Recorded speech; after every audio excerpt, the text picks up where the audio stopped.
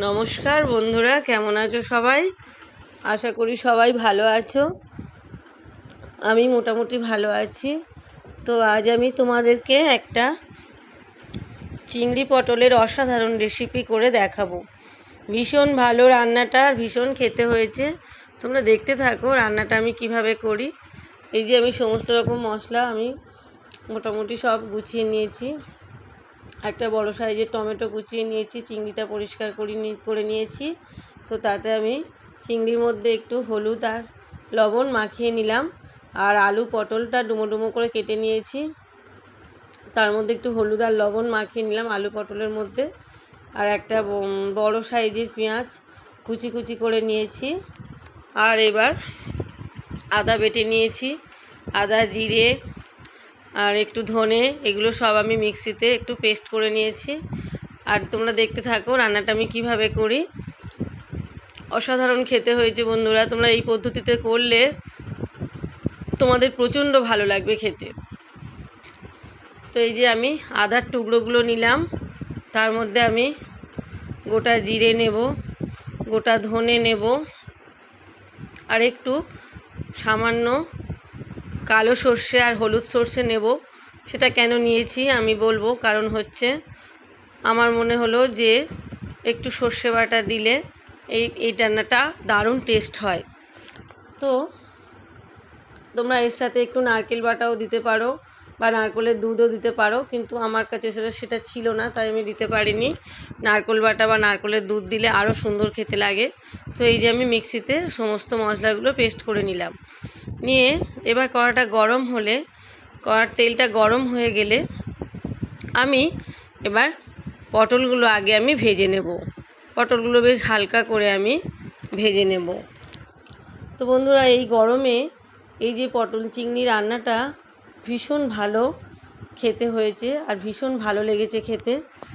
তোমরা একবার হলেও ট্রাই করে দেখতে পারো, রান্নাটা ভীষণ সুন্দর খেতে হয়েছে। আর আমি যেমনভাবে করেছি অত্যন্ত সহজ নিয়মে, অত্যন্ত কম উপকরণ দিয়ে, আমি খুব বেশি উপকরণও দিইনি, কম উপকরণ দিয়ে, আর খুব সুন্দর করে আমি করেছি রান্নাটা। তোমরা এই পদ্ধতিতে করে দেখতে পারো, ভীষণ সুন্দর হয় খেতে।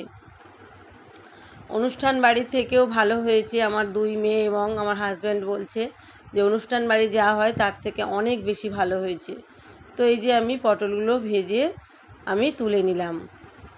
এবার ওই তেলের মধ্যে আমি আলুগুলো যে ডুমো ডুমো করে কেটে রেখেছিলাম, সেই আলুগুলোকেও আমি ভেজে নেব। তো বন্ধুরা, তোমরা দেখো আলুগুলো আর পটলগুলো আমি আগে ভেজে নিলাম। আলুগুলো আমি বেশ সুন্দর করে ওরকমভাবে করে বেশ 2 মিনিট মতো আমি সুন্দর করে ভেজে নেব। তো আলুটাও আমি এবার তুলে নেব। আলুটা তোলার পরে আমি ওই আলু ভাজার তেলের মধ্যে আরেকটু তেল দিয়ে তার মধ্যে আমি পেঁয়াজটাকেও ভেজে নেব। তো বন্ধুরা, একটুখানি বৃষ্টি হয়েছে, কম মানে প্রচুর গরম পড়েছিল, তার থেকে কালকের একটু বৃষ্টি হয়ে একটু শান্তি হয়েছে মানুষের, একটু স্বস্তির নিঃশ্বাস আমরা ফেলতে পেরেছি বৃষ্টিটার জন্য। প্রচুর গরম পড়েছিল। তো এই যে চিংড়িটাকেও আমি হালকা করে ভেজে নিলাম। চিংড়ি কিন্তু বেশি কড়া করে ভাজবে না বন্ধুরা, কারণ চিংড়ি যদি বেশি কড়া করে ভাজো সেই চিংড়িটা পুরো একদম রাবারের মতো খেতে হয়ে যায়, মানে একদম ভালো লাগে না। সেই চিংড়িটাকে একটু হালকা করে ভেজে নেবে, টেস্ট ভালো হবে আর খেতেও ভালো লাগবে।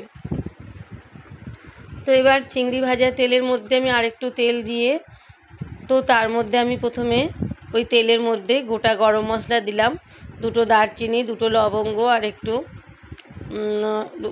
এলাচ, লবঙ্গ, দারচিনি দিলাম, আর একটু গোটা জিরে দিলাম, আর একটা শুকনো লঙ্কা মাঝখান থেকে একটু ছিঁড়ে দিলাম, আর 2টো তেজপাতা ছিঁড়ে দিলাম। তো ফোড়নটাকে আমি সামান্য একটুখানি ফোড়নটাকে ভাজা ভাজা মতো করে নিয়ে, তারপর আমি সেই একটা একটা গোটা পেঁয়াজ কুচি করে নিয়েছিলাম, সেই পেঁয়াজটা আমি দিয়ে দিলাম এই তেলের মধ্যে। তো পেঁয়াজটা বেশ ভালো করে বেশ ভেজে নিলাম ভালো করে। তার মধ্যে এবার একটা টমেটো, মিডিয়াম সাইজে একটা টমেটো কুচি ওর মধ্যে দিয়ে দিলাম।